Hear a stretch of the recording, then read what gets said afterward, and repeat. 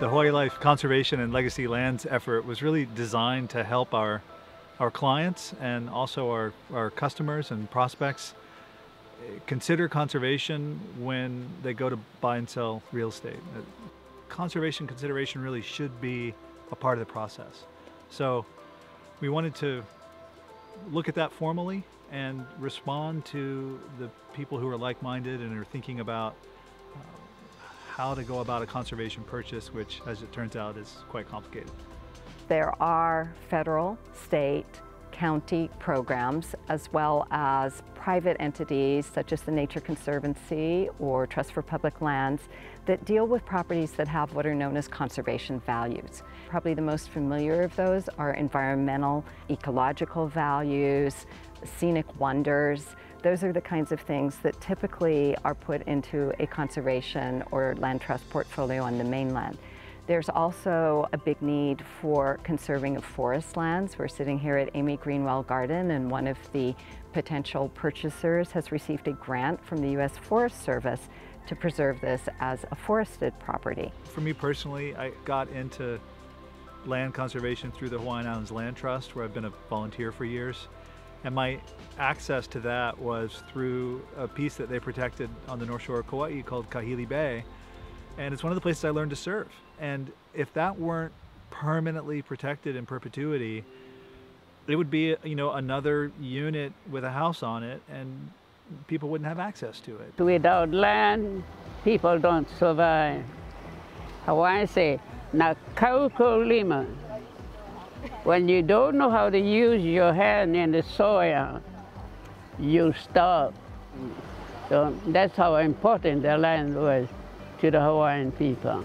Sometimes when real estate agents within Hawaii Life ask me whether or not a property they're considering listing would qualify as a conservation or a legacy parcel, what I say to them is if the community identifies it as such, the community knows. The community knows the stories, the mo'olelo.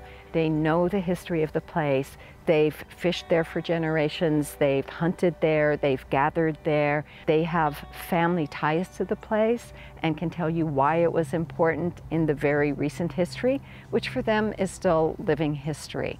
We also have conservationists in the more traditional environmental sense, and remember that we have county, state, and federal regulations, particularly for our coastal properties, but we also have watersheds, forest preservation, we have important agricultural lands. So we have stakeholders, all of us in a sense are stakeholders because we love this place.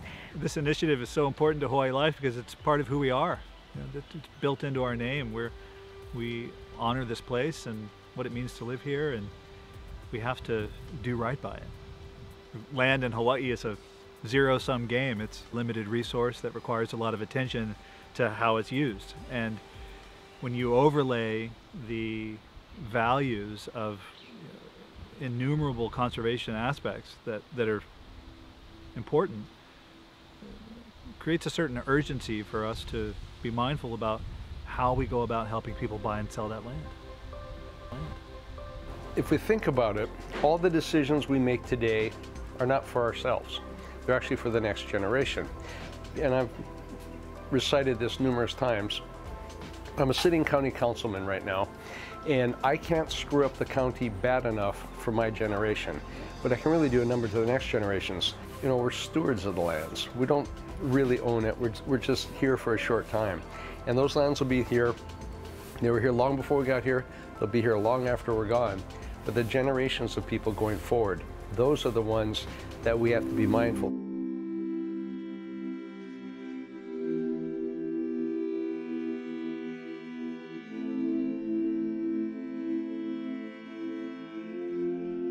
We're able to provide that balance between development, conservation, keeping Hawaii the special place that it is. Without this special place, there is no Hawaii Life.